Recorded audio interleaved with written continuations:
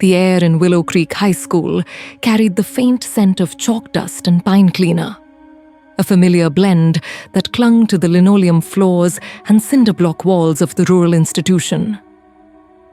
It was a Thursday evening in early November, and the school, nestled in a sleepy Ohio town surrounded by cornfields and sagging barns, was alive with the buzz of the drama club's final rehearsal before their fall production of Our Town.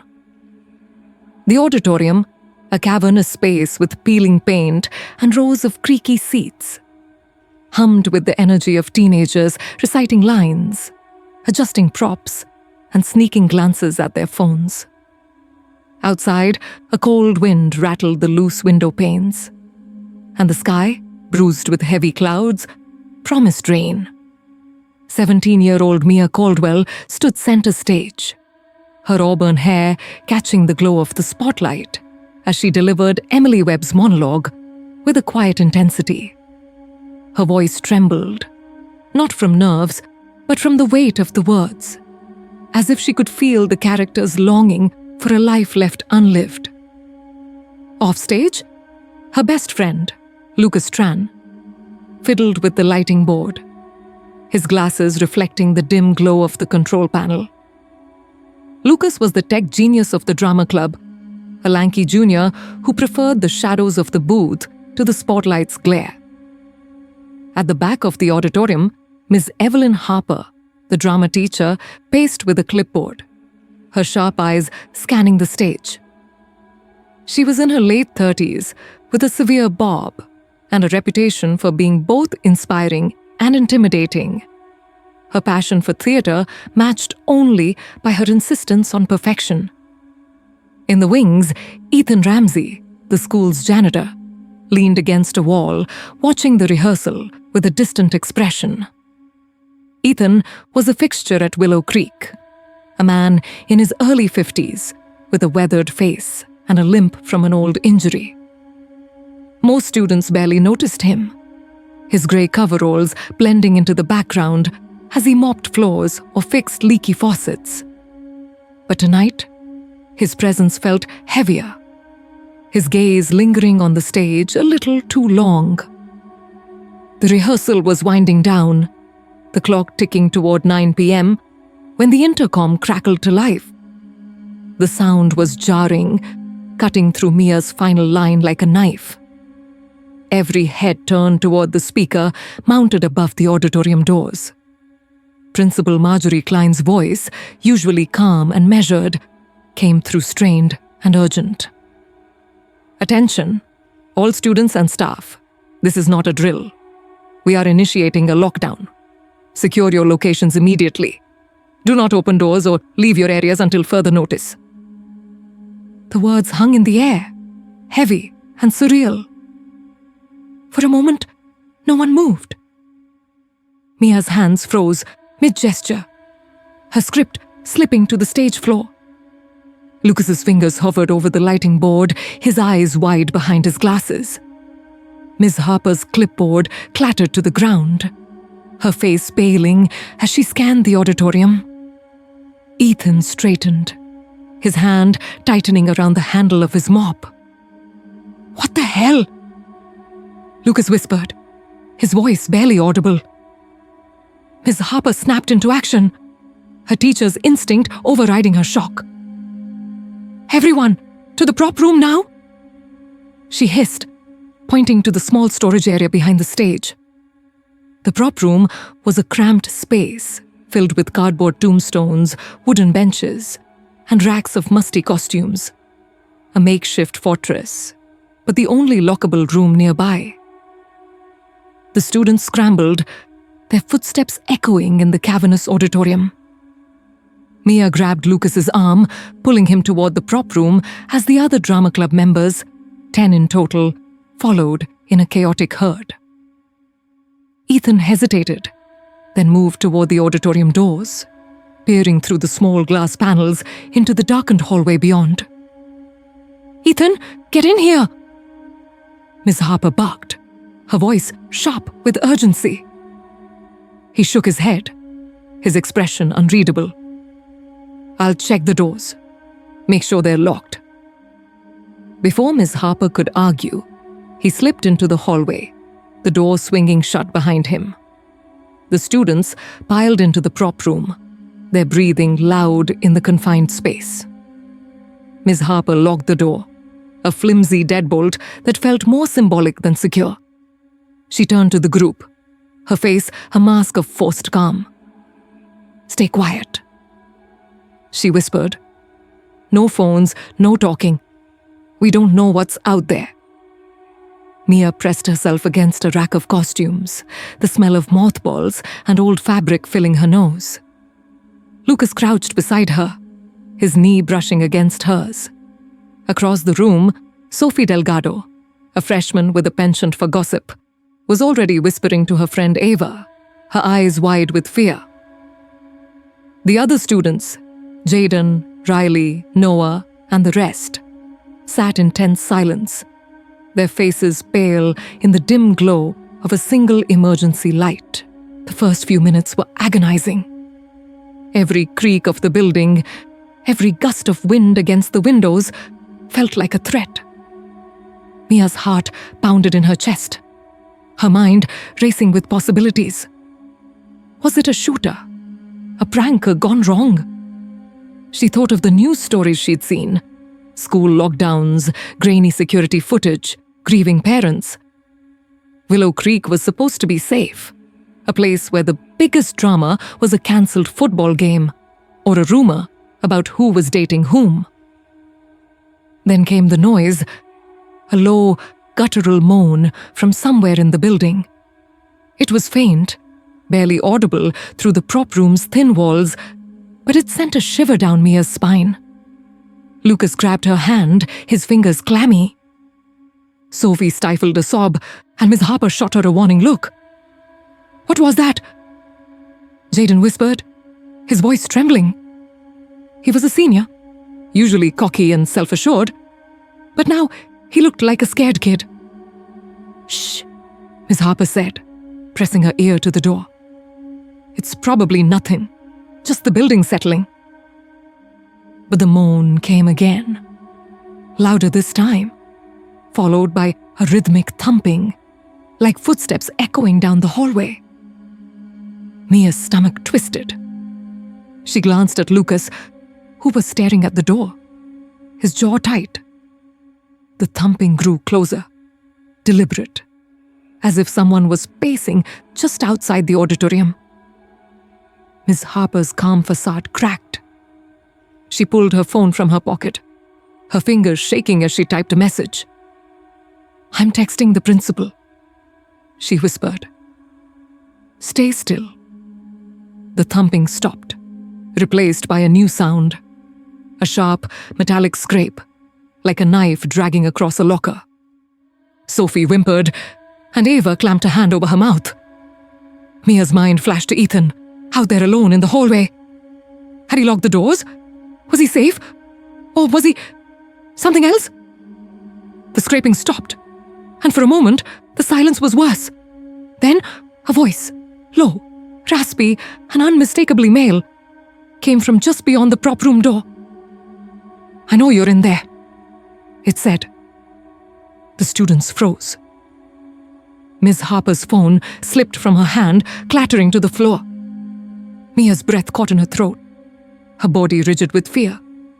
The voice was calm, almost conversational, but it carried a chilling edge, like a blade hidden in velvet. "I saw the lights," the voice continued.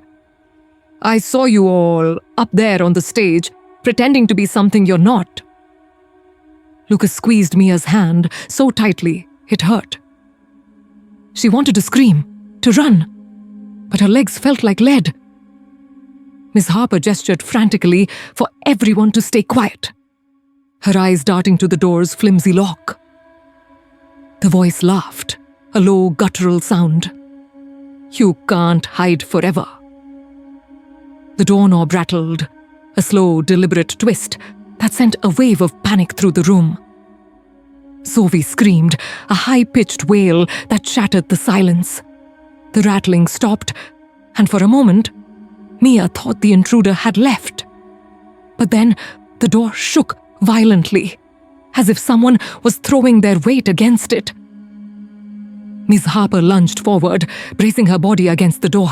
"Help me!" she hissed. Jaden and Noah scrambled to her side, pressing their shoulders against the wood. The door shuddered under the force of the blows, each impact sending a jolt through Mia's chest. "We need to do something," Lucas whispered, his voice barely audible. "We can't just sit here." Mia nodded, her mind racing. The prop room had no windows, no other exits. Their only hope was to hold the door or find a way to fight back. She scanned the room, her eyes landing on a prop baseball bat leaning against a cardboard tombstone. It was wooden, heavy, a relic from last year's production of Damn Yankees. She grabbed the bat, her hands trembling but resolute. "If he gets in, we hit him," she said, her voice steadier than she felt. Lucas stared at her, his eyes wide. "Mia, are you crazy? Do you have a better idea?" she snapped. Before he could respond, the banging stopped. The silence was deafening, broken only by the sound of their ragged breathing. Miss Harper eased away from the door, her face slick with sweat. I think he's gone," she whispered. But Mia wasn't so sure. She gripped the bat tighter, her knuckles white. The emergency light flickered, casting long shadows across the room. And then, from somewhere deeper in the school, came a scream, a piercing, guttural cry that echoed through the walls. The scream wasn't human. It was raw, primal, like an animal caught in a trap. Mia's blood ran cold. She thought of Ethan again, his strange demeanor, his decision to leave the auditorium. Was he out there? Hurt? Or was he something worse? Ms. Harper's phone buzzed, the screen lighting up with a message from Principal Klein. "Intruder spotted in East Wing. Police en route. Stay where you are." "East Wing," Ms. Harper muttered. "That's on the other side of the school." Then who was at the door? Sophie whispered, her voice trembling. No one answered. The scream came again, closer now, followed by the sound of glass shattering. Mia's heart pounded so loudly, she was sure the intruder could hear it. She glanced at Lucas, who was now holding a prop wrench, his face set in determination. "We need to know what's out there," Mia said. "If we stay here, we're sitting ducks." Miss Harper shook her head.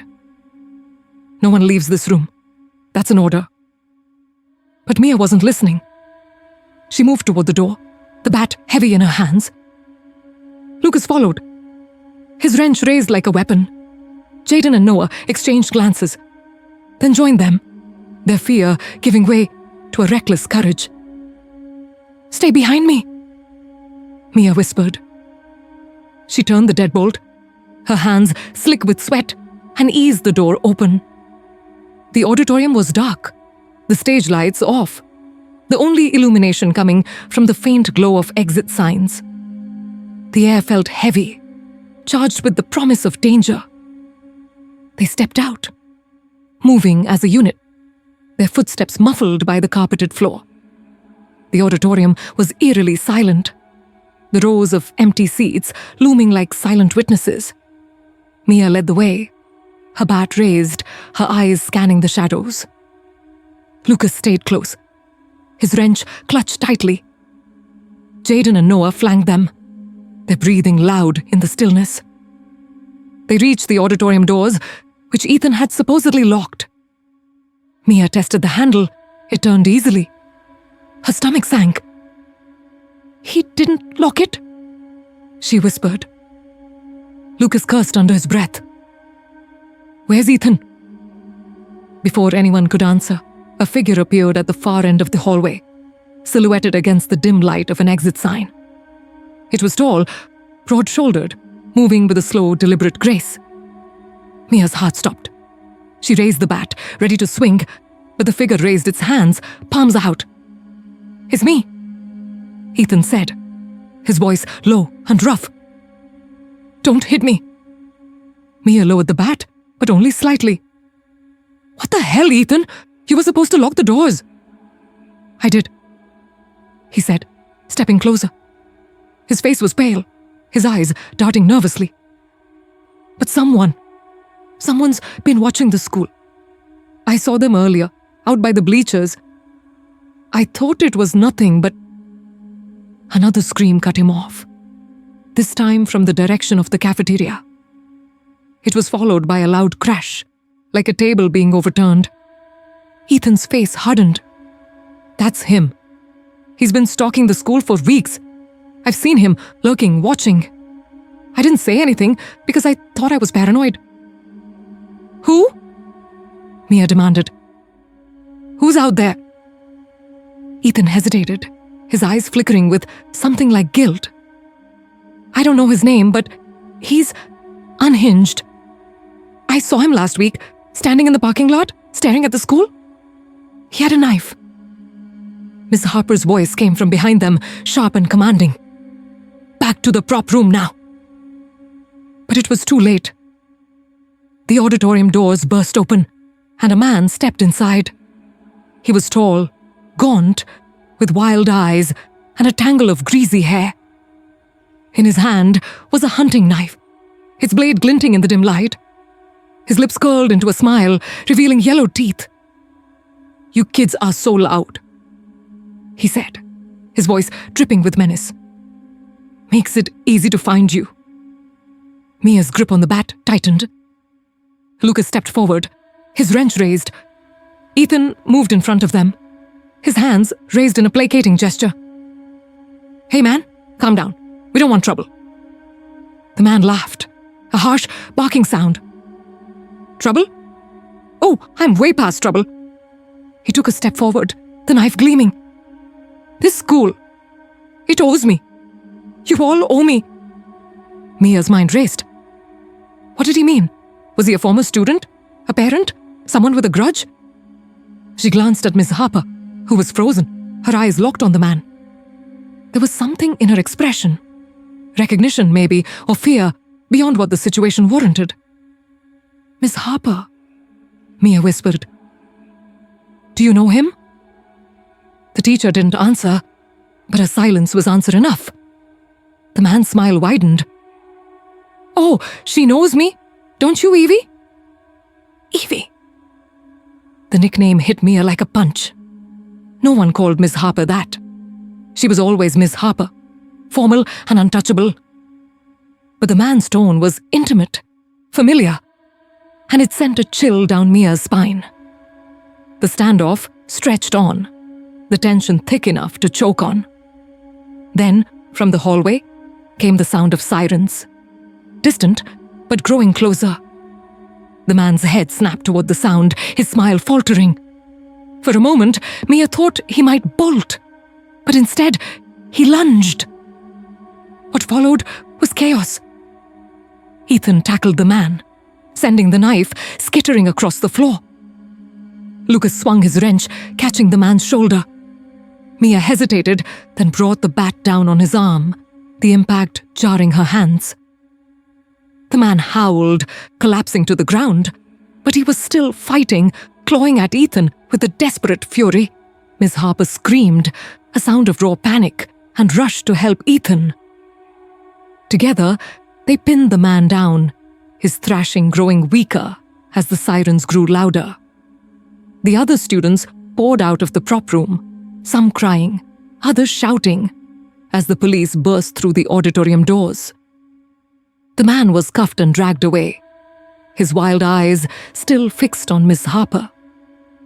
Mia caught a glimpse of his face as he passed, pockmarked, hollow-cheeked, with a desperation that made her stomach turn.